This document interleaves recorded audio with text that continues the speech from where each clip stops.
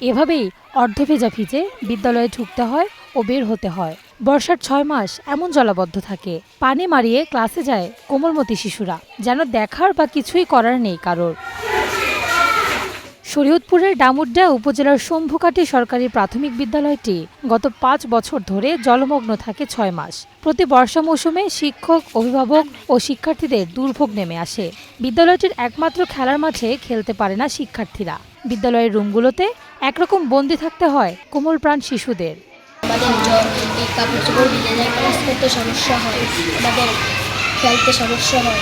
বাড়িতে গেছে ধরা পড়ছে, তো এই যে প্রতিদিন বাচ্চারা স্কুলে আসে, পরে যে বিদ্যা করে বাড়িতে যায়, বই খাতা বিদ্যা যায়, ড্রেস বিদ্যা যায়, প্রতিদিন বাড়ানো তো স্কুলের সমস্যা হয়।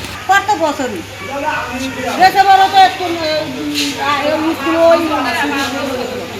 পচা পানি মারিয়ে বিদ্যালয়ে যাতায়াতের কারণে চর্মসহ বিভিন্ন রোগে আক্রান্ত হচ্ছে শিশুরা। ওই ময়লা পানি দিয়ে আসলে আমাকে পায়ে অনেক গোড়া হয়, তাই আমাকে আসতে অনেক সমস্যা। আমরা এখানে খেলতে পারি না, তারপরে এখানে আমরা দৌড়াদৌড়ি করতে পারি না, আমরা ক্লাসও ঠিক করে করতে পারি না, এখানে ভিজলে আমাদের ঠান্ডা লাগে জায়গা।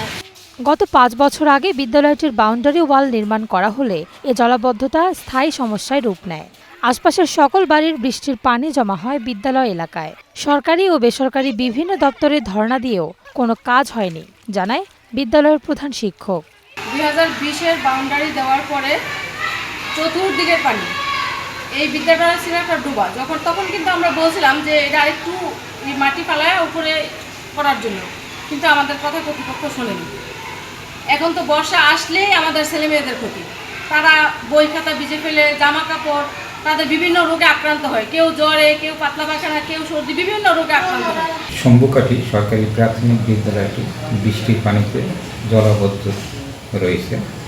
প্রধান শিক্ষকের কাছে খবর পেয়ে আমি বিদ্যালয়টি পরিদর্শন করি।